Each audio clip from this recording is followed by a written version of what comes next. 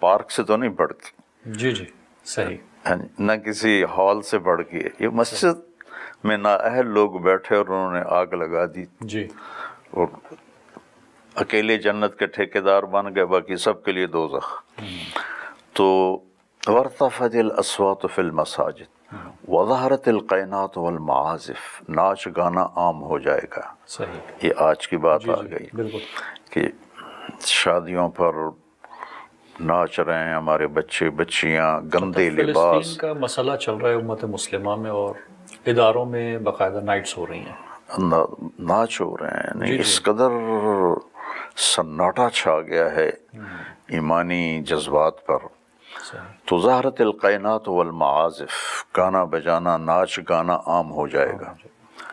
وشربت الخمور، اور شراب عام پی جائے گی۔ صحیح، ولبس الحریر، اور مرد بھی ریشم پہنے گی۔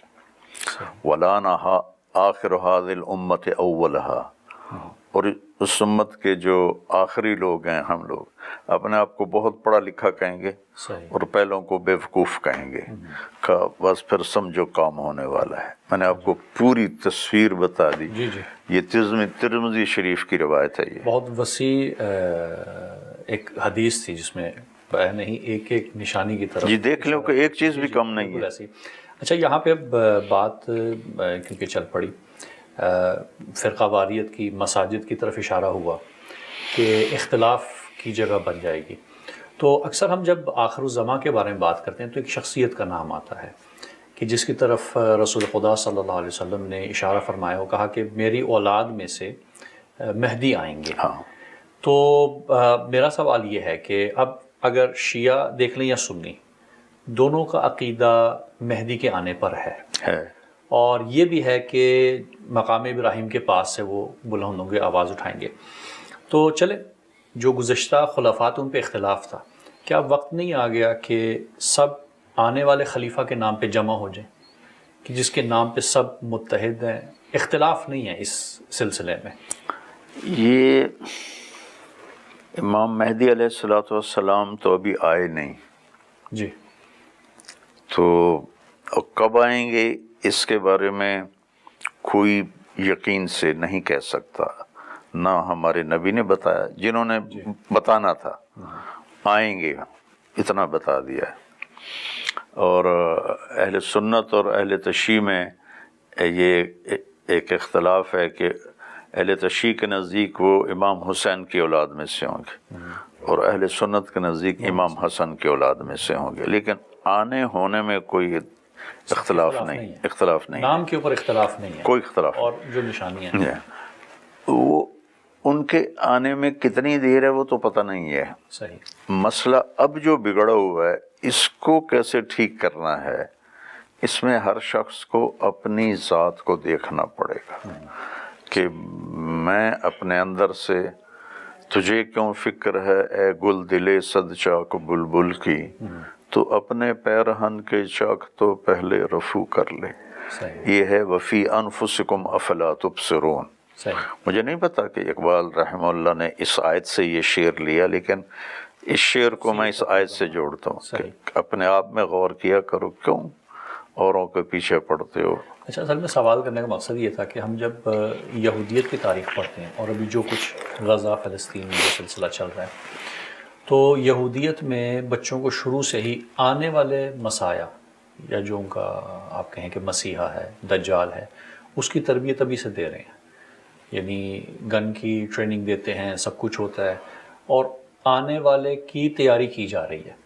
تو کیا عالم اسلام جو اس وقت پس رہا ہے، سوال اصل میں اس تناظر میں تھا کہ اب ہمارے لیے وقت نہیں آگے کہ ہم بھی جس کے بارے میں خوشخبری دی گئی کہ آئے گا اور پوری دنیا میں عدل و انصاف اور پھر حضرت عیسیٰ بھی تشریف لائیں گے، تو اس کے لیے تیاری ابھی سے مدارس میں یا ہم بچوں میں یونیورسٹیز میں شروع کریں؟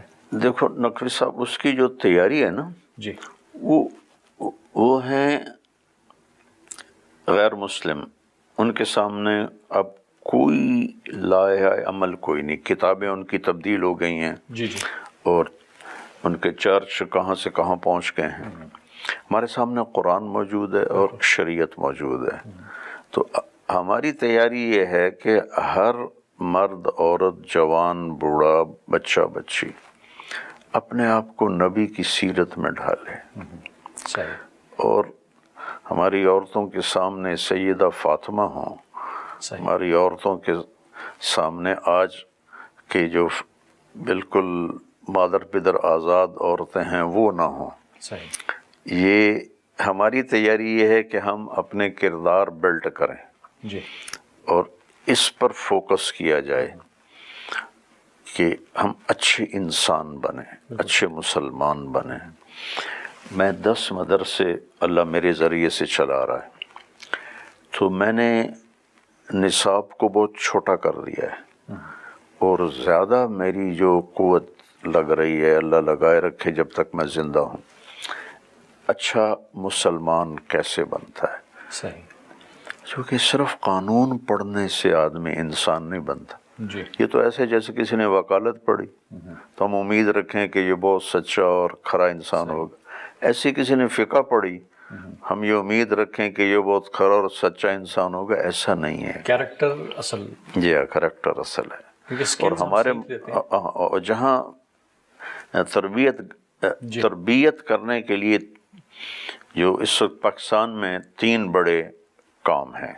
صحیح قدیم ترین کام ہے خانقاہیں، جس میں لوگ اب کچھ لوگ ڈیووٹ ہوتے تھے اور اللہ ان کے ذریعے سے تربیت اور اصلاح کا سلسلہ جاری ہوتا تھا۔ صحیح اور دوسرا اس کے بعد ہے مدارس، دینی مدارس۔ جی جی دینی مدارس میں تربیت ہوتی تھی۔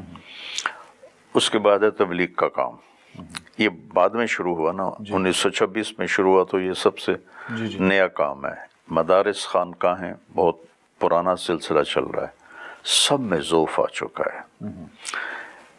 جیسے بڑھاپا ہوتا ہے نا، جی تو ہر عضو کمزور ہو جاتا ہے، صحیح سارے اعضاء کمزور ہو جاتے ہیں نا، تو ایسے ہی دین اس امت پہ بڑھاپا آیا ہوا ہے، تو اس کے سارے جو جتنے بھی ہیں اس کے کام، دنیا کے ہوں یا دین کے ہوں، جی وہ ذوف کا شکار ہے، بڑھاپے کا شکار ہے۔ پچھلے 700 سال سے کوئی قوم نئی مسلمان نہیں ہوئی۔ جی آخری قوم ایز اے قوم جو مسلمان ہوئے، مغل چنگیز خان کی اولاد، صحیح تو پاسباں مل گئے کعبے کو صنم خانے سے، ہے آیاں یورش تاتار کے افسانے سے، پاسباں مل گئے کعبے کو صنم خانے سے۔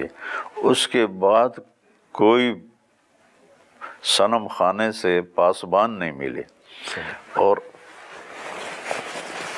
پانی ٹھنڈا ہونے کا ایک طریقہ، گرم کرنے کا ایک طریقہ، سردیاں آج کل جی گیزر کا گرم پانی اس میں ڈالتے ہیں تو وہ ٹھنڈا بھی گرم ہو جاتا ہے۔ اس کا اصل علاج اس وقت یہ ہے، جو میں سمجھاؤں تاریخ پڑھ کے، اللہ کسی نئی قوم کو ہدایت دے گا اور وہ پورے جوش کے ساتھ آئیں گے، اور ہم جو بوڑھی قوم ہیں وہ ہمیں بھی گرما دیں گے۔ صحیح یہ جو مسلمان ہیں ان سے کوئی امید نہیں۔ صحیح۔ اچھا، آپ نے ذکر، کیونکہ شخصیات کے ذکر چل رہا تھا شروع سے، آپ نے پھر ایک اور نام لے لیا حضرت فاطمہ کا، تو آئے مودت میں، کیونکہ خلیل جو آپ نے کہا کہ بیٹھے ہوں سب تو نکل کے سامنے جا کے بیٹھ جاؤ، یہ خلیل ہے۔ لفظ محبت، حبیب اللہ بھی آپ نے کہا، اب یہاں پہ لفظ مودت ہے، کیا فرق ہے محبت اور مودت میں؟ مودت ہے حسن سلوک۔ مودت کا مطلب یہ ہے کہ تمہارا جی چاہے یا نہ چاہے تم نے